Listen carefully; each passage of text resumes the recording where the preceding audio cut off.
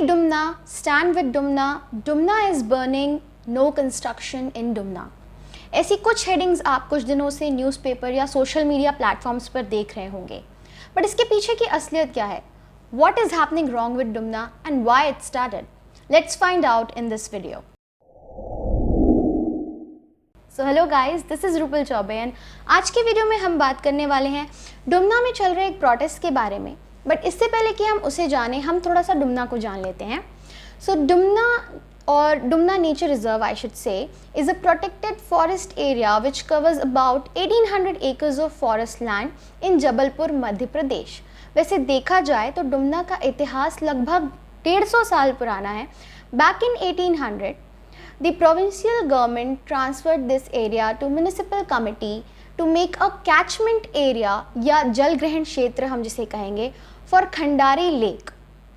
1883 में खंडारी डैम का construction complete हुआ अंडर J.H. मॉरिस एंड तब से ही ये रिजर्वॉयर पूरी जबलपुर सिटी की 1/3 पॉपुलेशन की वाटर रिक्वायरमेंट्स को सर्व करता है। In addition to this, Dumna acts as a home for various species of plants and animals.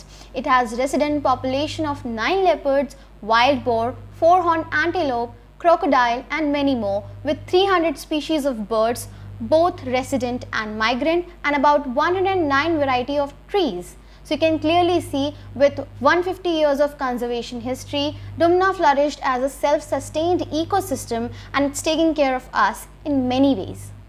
Now फिलहाल जो प्रॉब्लम चल रही है वो यहाँ पर सजेस्ट किए गए कुछ प्रोजेक्ट्स को लेकर चल रही है, which includes construction of railway quarters, residential complex for those in revenue departments, and international stadium under green city project and tiger safari project. जिसमें से जो टाइगर सफारी प्रोजेक्ट है इसे 2017 में प्रपोज किया गया था, पर तब भी सेंट्रल जू अथॉरिटी ने इसकी लोकेशन साइट को शिफ्ट कर दिया था इसके दुष्परिणामों को देखते हुए। वैसे इसका एम था artificial enclosures banana with 22 feet high fencing, जिसमें ये टाइगर्स और बाकी एनिमल्स को लाकर रखते, while spectators can move around two see these exotic species in caged vehicles. Now clearly this is not tiger safari. Tiger safari is what you experience in national parks or wildlife sanctuaries like Kanha or Bandhavgarh. This is completely different and artificial. और मैं आपको बता दूं कि इसे 175 एकड़ ज़मीन allocate की गई थी इस प्रोजेक्ट के लिए, पर हालांकि इसकी साइट को अब शिफ्ट कर दिया गया है। Okay, other than this the construction of stadium has been suggested under the name of green city project. I mean, why guys, does it make any sense? And it is allocated with 25 acres of land. इसके अलावा 50 एकड़ जो ज़मीन है वो वितरित की गई है 40 एकड़ रेलवेज़ को और 10 एकड़ residential complex for revenue department people. मतलब सब यही बना लो। So I am now coming into the negative impacts. तो मुझे आपको ये बताने की आवश्यकता तो नहीं है कि पेड़ काटना कितनी बुरी बात होती है। 7वीं 8वीं कक्षा में एनवायरमेंटल स्टडीज़ में पढ़ाया जाता है, but thanks to our education system and Bollywood जिसने हमें रट्टा मारने की इम्पोर्टेंस बताई हुई है। Anyways, coming to the topic, if you are allocating such a huge area for construction in the name of development, it means you are going to cut a lot of trees and remove the vegetation over there, which is not acceptable in the name of development. Okay, so you are disturbing the entire ecosystem in the name of development and making concrete out of green. Is that concrete going to ensure oxygen for us? And then there are so many things like soil erosion, floods, habitat loss, climatic imbalance, increase in global warming, etc. और ये विकास के नाम पे तुम लोग क्या क्या करते रहते हो भाई? मतलब तुम में से अगर किसी को भी विकास का कंसेप्ट अभी तक समझ में आ गया हो ना, तो प्लीज़ मुझे भी समझा देना। सेकेंडली, जो स्टेडियम सजेस्ट किया जा रहा है उसके कंस्ट्रक्शन में तो डैमेज होगा ही होगा, पर उसके बाद सीवेज को मैनेज करने का कोई प्रोविज़न नहीं मेंशन किया गया है, यानी कि वो पूरा का पूरा सीवेज खंडारी लेक में जाएगा। Once again you are going to damage a freshwater source which serves 1/3 of the population, and it's a village road over there, right?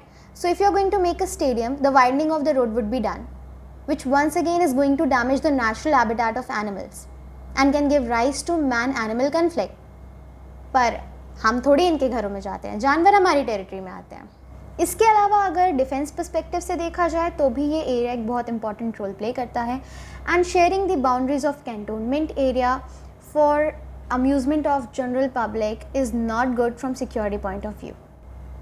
Now answer me, क्या नेचुरल चीज़ों की भरपाई आर्टिफिशियल तरीके से की जा सकती है और just by planting equivalent number of trees in that region? क्या इतने सारे टूरिस्ट का बोझ उठाने के लिए सिटी रेडी है? क्या ये इन्वेस्टमेंट वर्थ है? There are so many questions like this. फिलहाल इस मुद्दे की गंभीरता को मद्देनज़र रखते हुए मध्य प्रदेश हाई कोर्ट में 3 पब्लिक इंटरेस्ट लिटिगेशन फाइल की जा चुकी हैं and on the same the high court has appointed mister Anshuman Singh on the road widening project. इसके अलावा कई ऑनलाइन कैंपेन्स भी ऑर्गेनाइज किए गए और एक्टिविस्ट्स ऊपर उठकर आ रहे हैं, which is good to see. Also I am not against any kind of development that will add to the growth of our city, but if it is at the cost of environment, then certainly it's a big no for me. And come on guys, it's high time now. It's 2021. You should understand the importance of nature in our lives. Development is something which brings positive growth in all the aspects, including environmental, social, economic and demographic components. किसी एक चीज़ की कीमत पे किसी दूसरी चीज़ का विकास नहीं, शोषण है। आज तक इस प्रकृति ने तुम्हें बहुत कुछ दिया है, so stand for the cause. Sign the petition, the link is mentioned in the description box. Also for the people of Jabalpur, जितना पार्टिसिपेशन आप ग्लोबल मूवमेंट में शो करते हैं उतना ही इसमें भी करें, वरना क्या ही मतलब है, पड़ोसियों की प्रॉब्लम सुलझाते रह जाओगे, खुद के घर में कलेश हो रखे हैं। Anyways, share the video as much as you can. Till then, stay home, stay safe, stay healthy. Meet you in the next video. Bye bye.